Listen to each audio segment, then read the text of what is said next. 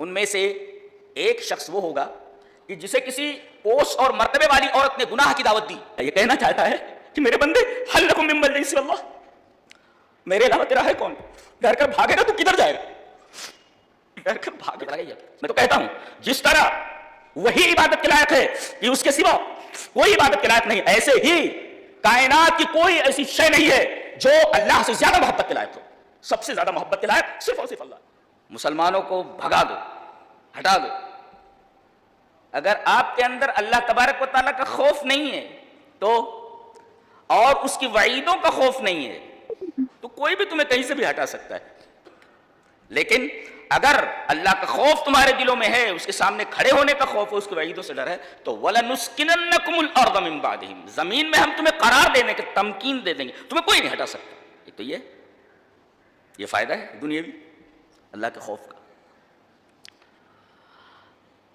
اور اخروی فائدہ یہ ہے کہ سب سے بڑا مسئلہ اور سب سے بڑا عظیم معاملہ جو ہے وہ محشر کا ہے. سورج بالکل قریب آ جائے گا، اتنی دور ہے پھر بھی گرمی کا کتنا زبردست احساس ہوتا ہے آدمی کو. سورج قریب آ جائے گا، کتنی گرمی ہوگی. اب ایسے میں اگر آدمی کو کوئی سایہ مل جائے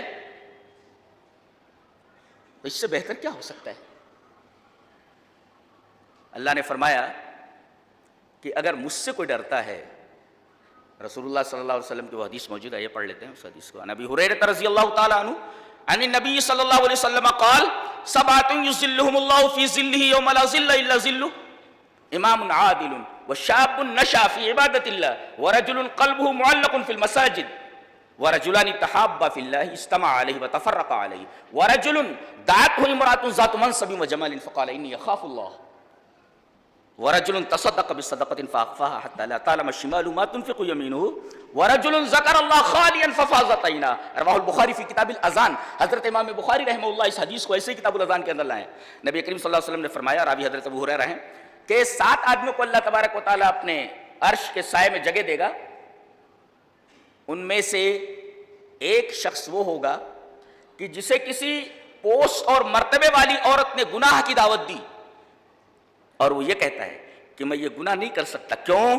انی اخاف اللہ، اس لیے کہ میں اللہ سے ڈرتا ہوں. اللہ سے ڈرتا ہوں. کتنی بڑی بات ہے یہ. دیکھیے اس آدمی نے زنا کی طرف رغبت کیوں نہیں کی؟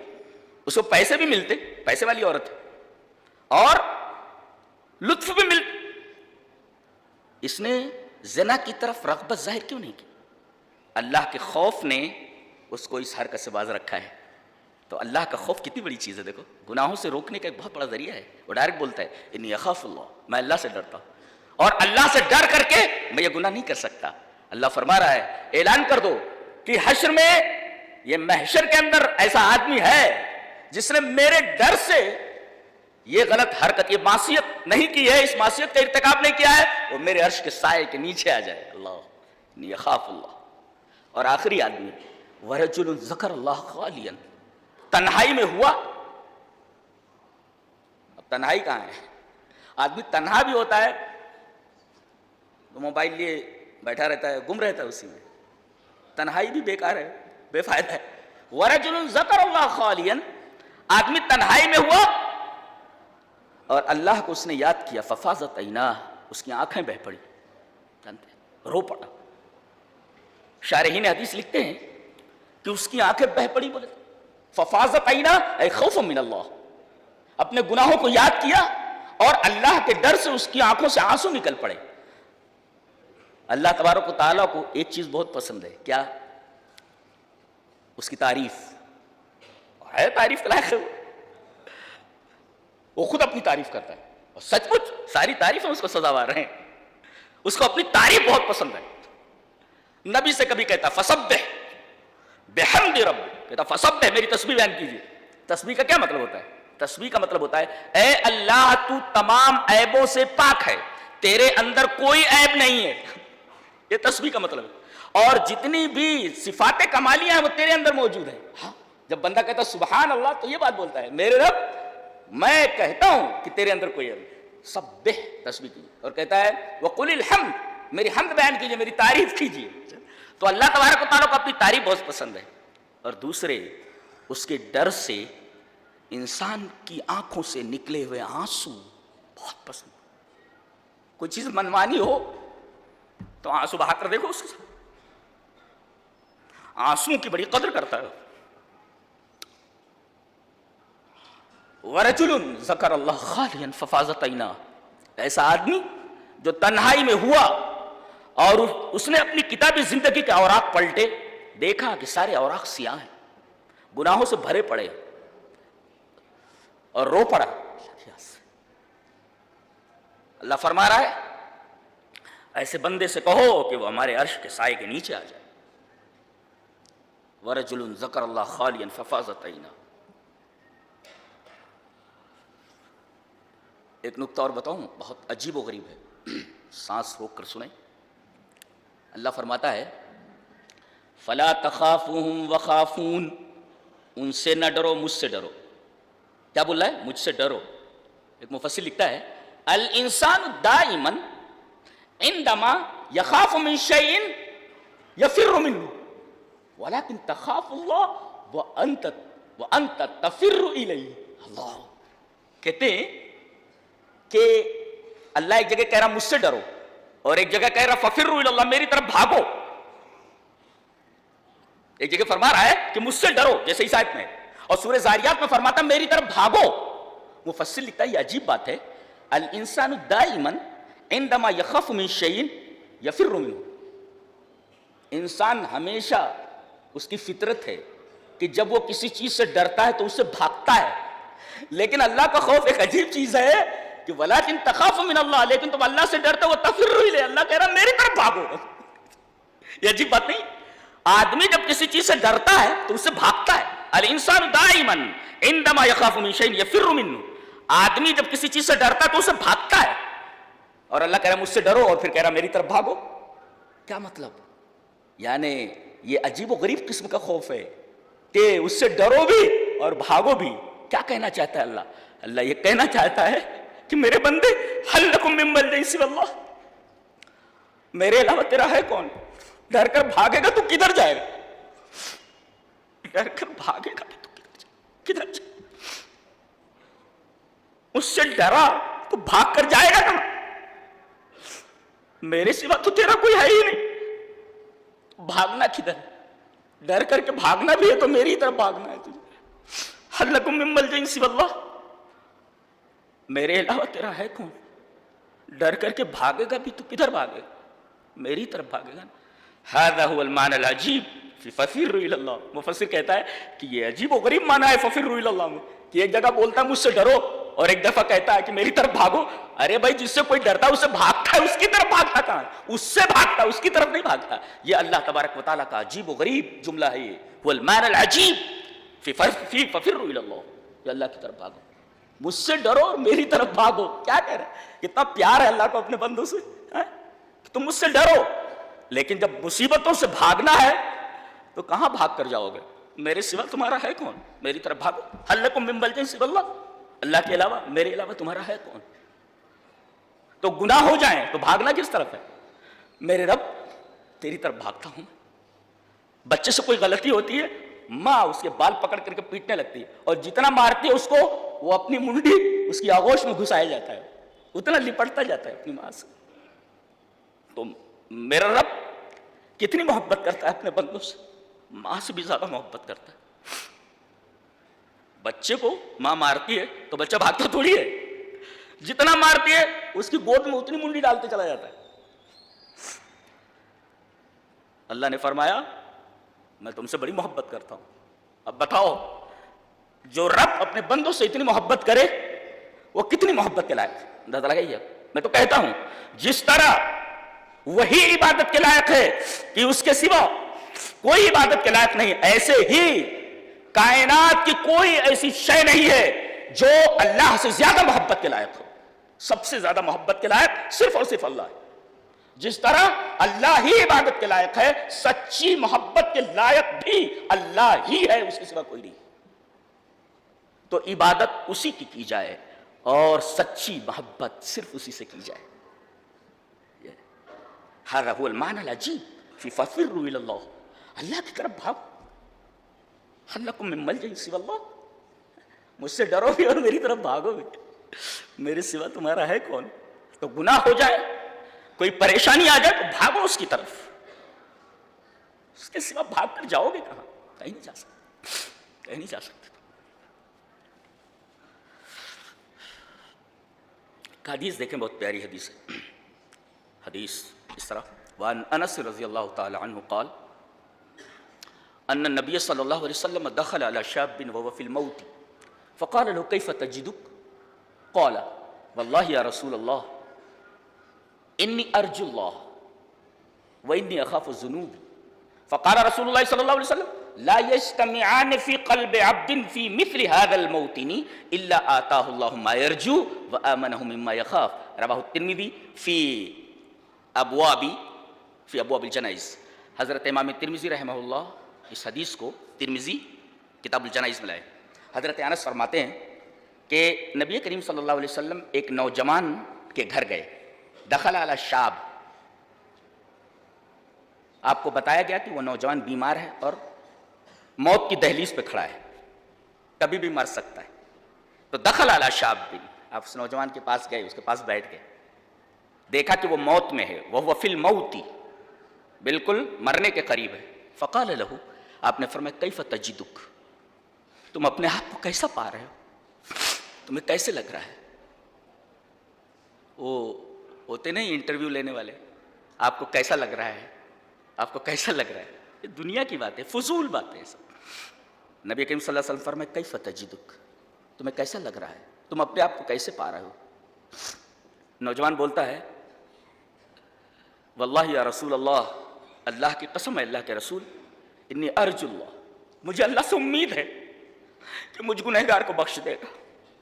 وانی اخاف الذنوب، اور میں اپنے گناہوں سے ڈر رہا ہوں، شاید میری گرفت اور ڈر رہا ہوں کہ پکڑ نہ لیا جاؤں.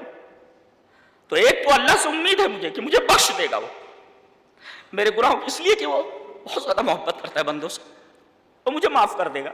انی ارجو اللہ، اللہ سے امید ہے مجھے کہ مجھے معاف کر دے گا. وانی اخاف الذنوب، اور میں اپنے گناہوں سے ڈرتا ہوں. تو ایک طرف امید ہے بخشش کی اور دوسری طرف اپنے گناہوں کا ڈر ہے. نبی کریم صلی اللہ علیہ وسلم نے فرمایا، بڑی پیاری بات ہے، لا یجتمعان فی قلب عبد فی مثل هذا الموطن، ایسے مقام پر، جس مقام پر تو کھڑا ہے کہ اب دنیا سے جانے والا ہے، ایسی جگہ اللہ تبارک و تعالی اگر کسی بندے کے اندر دو چیزیں جمع کر دے، امید اللہ سے اور دوسرے اس کے گناہوں کا خوف، تو آتاہ اللہ مما یرجو، جو وہ امید کر رہا ہے اللہ اس کو دے دے گا. وآمنہ مما یخاف، اور جس چیز سے ڈر رہا ہے اللہ اس سے امان دے دے گا. اللہ اکبر. تو دعا یہ کرو کہ اللہ اگر موت دے تو اس نوجوان کی طرح موت دے، کہ اللہ سے بخشش کی امید ہو. انی ارجو اللہ، کہ اللہ مجھے معاف کر دے گا میرے لاکھوں ہزاروں گناہوں کے باوجود. اللہ سے کبھی نا امید نہیں ہونا ہے، اس کی رحمت سے کبھی مایوس نہیں ہونا ہے. اگر کوئی آدمی دنیا بھر کے گناہ کر لے اور یہ کہے کہ اتنے گناہ کر لیے ہیں میں تو جہنم میں ہی چلا جاؤں گا، میں بخشا نہیں جاؤں گا، یہ اللہ تبارک و تعالیٰ کی رحمت کی توہین ہے. اس کی اللہ کی رحمت کی توہین ہے، اس لیے کہ اللہ تبارک و تعالیٰ کی رحمت تمام گناہ، تمہارے گناہ کتنے بھی بڑھ جائیں اللہ کی رحمت سے بڑے نہیں ہو سکتے، وسیع نہیں ہو سکتے. لہذا اللہ تبارک و تعالیٰ کی رحمت سے مایوس ہونے کا کوئی سوال ہی پیدا نہیں ہوتا. تو اللہ سے امید ہو، دعا کرو کہ یہ دونوں چیزیں موت کے وقت نصیب ہوں، جیسے اس نوجوان کو نصیب ہوئی اور نبی کریم صلی اللہ علیہ وسلم نے اس کو خوشخبری سنائی.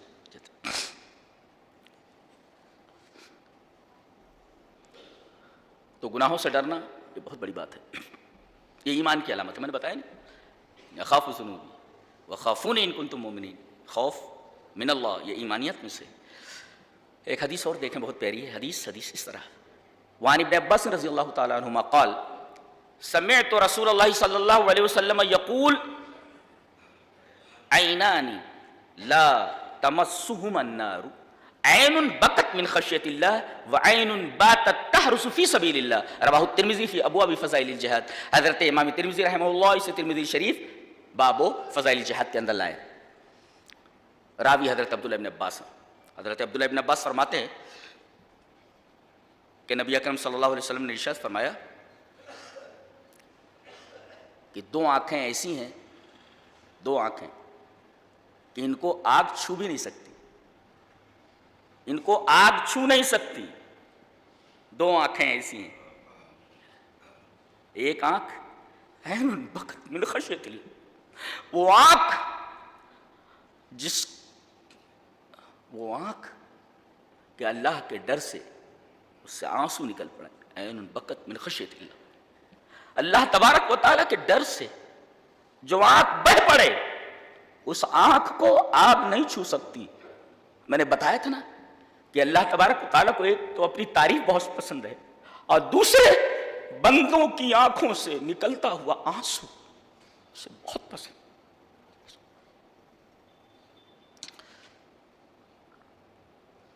ہمارے دل سخت ہو گئے ہیں جی یہودیوں کی طرح. اللہ فرما رہا ہے آنسو کس دل سے نکلتے ہیں؟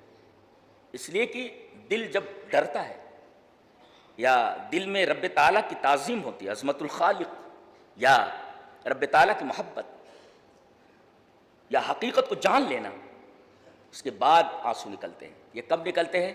جب دل جو ہے نرم ہو. اگر سخت ہو جائے, اللہ نے فرمایا ثم قست قلوبکم من بعد ذلک فہی کالحجارہ او اشد قسوہ. یہ دل تو ہے تو بڑا نرم سا ایک لوتھڑا گوشت کا, مگر یہ جب سختی پر آ جائے, سخت ہونے پر آ جائے, تو یہ پتھر تو کیا پتھر سے بھی زیادہ سخت ہو جاتا ہے. اور جب یہ پتھر سے زیادہ سخت ہو جائے تو پھر رب کو رب نہیں مانتا وہ ہے. دیکھو انبیاء کی اولاد ہیں, یہ یہودی انبیاء کی اولاد ہیں. موسیٰ علیہ السلام سے بول رہے یا موسیٰ ادع لنا ربک, اے موسیٰ اپنے رب سے دعا کرو. اچھی بات نہیں ہے, یہ کون بول سکتا ہے؟ یہ وہی بول سکتا ہے جس کا دل سخت ہو. وہ نہیں کہہ رہے کہ اے موسیٰ ہمارے رب سے دعا کرو. جی یہودی اس روئے زمین پر بدترین مخلوق کہ اللہ تبارک و تعالیٰ نے ان کے اوپر احسانات کی بارش کی, انعامات اور نوازشات کی بارش کی, مگر ان لوگوں نے کبھی رب کو رب نہیں مانا. موسیٰ سے کہہ رہے یا موسیٰ ادع لنا ربک, اے موسیٰ تم اپنے رب سے دعا کرو. کتنی بدبخت قوم ہے, بتاؤ کتنی بدبخت قوم. وہ موسیٰ تمہارا رب, اپنے رب سے بولو اذهب انت وربک فقاتلا انہا ہو رہا, جاؤ تم اور تمہارا رب لڑو, ہم یہاں بیٹھے ہوئے ہیں. اذهب انت تم وربک تمہارا رب, ربنا نہیں کہہ رہے ہو. تو بڑے خوش نصیب ہیں آپ کہ جب آپ کہتے ہیں غیر المغضوب علیہم ولا الضالین, میرے رب ہمیں مغضوب علیہم کا راستہ نہیں چاہیے. جن لوگوں نے تجھے کبھی رب نہیں مانا, ہم تو تجھے اپنا رب مانتے ہیں اور تجھ سے محبت کرتے ہیں. یہ بڑی بات ہے. تو گویا کہ جب ہم کہتے ہیں غیر المغضوب علیہم, گویا کہ اس بات کا اقرار کرتے ہیں کہ میرے رب ان لوگوں نے تو تجھے اپنا رب نہیں مانا, میرے رب ہم تجھے اپنا رب مانتے ہیں. دعا کرتے ہیں ربنا, دعا کرتے ہیں ربی اللہ. تو ایک تو وہ آنکھ بکت من خشیت اللہ, اللہ کے خوف سے رو پڑے, اور دوسرے وعین باتت تحرس فی سبیل اللہ, سرحد کے اوپر, مسلمانوں کی سرحد کے اوپر جو آنکھیں جاگ کر اس کی حفاظت کریں, بارڈر کی حفاظت کریں, ایسی آنکھیں جو جاگ کر حفاظت کریں, وہ بھی آگ انہیں مس نہیں کر سکتی, آگ انہیں چھو نہیں سکتی. تو سب سے بڑی چیز ہے کہ ہم اپنے دل میں اللہ تبارک و تعالیٰ کا خوف پیدا کریں, اللہ تعالیٰ کا ڈر پیدا کریں. یہ ڈر ہی بنیاد ہے ایمانیات کی, بہت بڑی چیز ہے. اگر اللہ کا خوف دل سے نکل جائے پھر بندہ اپنے نفس کے تابع ہو جاتا ہے. اسی وجہ سے نفس کو اور خوف کو ایک جگہ لایا گیا ہے. دیکھیں وَأَمَّا مَنْ خَافَ مَقَامَ رَبِّهِ وَنَهَى النَّفْسَ عَنِ الْهَوَىٰ, دیکھ رہے ہیں آپ, خوف اور نفس کو ایک ساتھ لایا گیا ہے. وَأَمَّا مَنْ خَافَ مَقَامَ رَبِّهِ وَنَهَى النَّفْسَ عَنِ الْهَوَىٰ, جو اپنے رب کے سامنے کھڑے ہونے سے ڈر گیا, وَنَهَى النَّفْسَ عَنِ الْهَوَىٰ, اور اپنے نفس کو حرام خواہش سے روک لیا.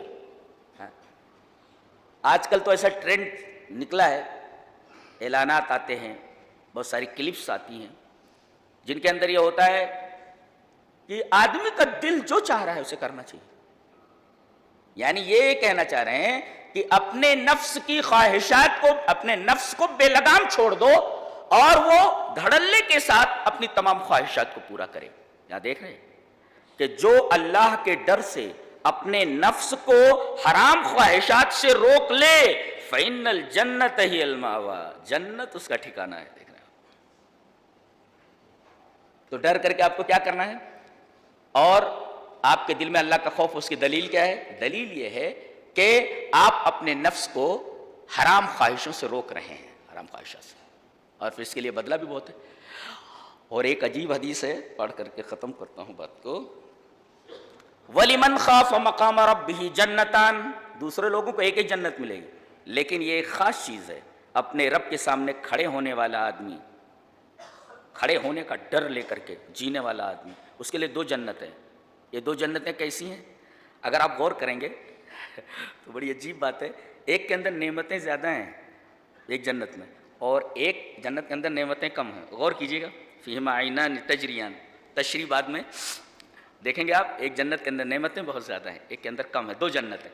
اس کی تفسیر امام بخاری رحمۃ اللہ علیہ کتاب التفسیر کے اندر لائے، تفسیر قرآن کے اندر. چلیے وہ دیکھ لیتے ہیں. عن ابی بکر ابن عبداللہ ابن قیس عن ابیہ قال رسول اللہ صلی اللہ علیہ وسلم جنتان من فضۃ آنیتہما وما فیہا. اللہ کے رسول صلی اللہ علیہ وسلم نے فرمایا 2 جنتیں ہیں. ایک جنت تو یہ ہے کہ پوری چاندی کی ہوگی، برتن تک چاندی کے اندر، اور جتنی بھی چیزیں ہوں گی اس جنت کے اندر پوری چاندی کی.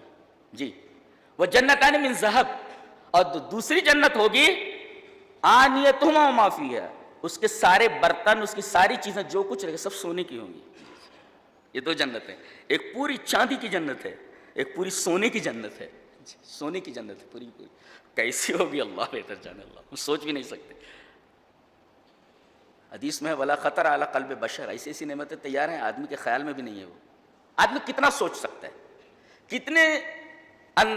کتنے درجے کی بیوٹی اور کتنے درجے کا حسن آدمی سوچ سکتا ہے. اس سوچ سے بھی پرے ہے اللہ تبارک و تعالیٰ کی وہ نعمتیں جو اللہ نے اس کے لیے تیار کر رکھی. ولا خطر علی، آدمی مشہودات دیکھتا ہے، آدمی مسموعات سنتا ہے، اور اسی طریقے سے خواتر، آدمی کے ذہن میں جو بات آتی ہے، تینوں سے پرے ہے نعمتیں اللہ کی. نہ مشہودات کے دائرے میں ہے، نہ مسموعات کے دائرے میں، نہ خواتر کے دائرے میں ہے. ان تمام دوائر سے باہر ہیں وہ نعمتیں، آدمی سوچ بھی نہیں سکتا.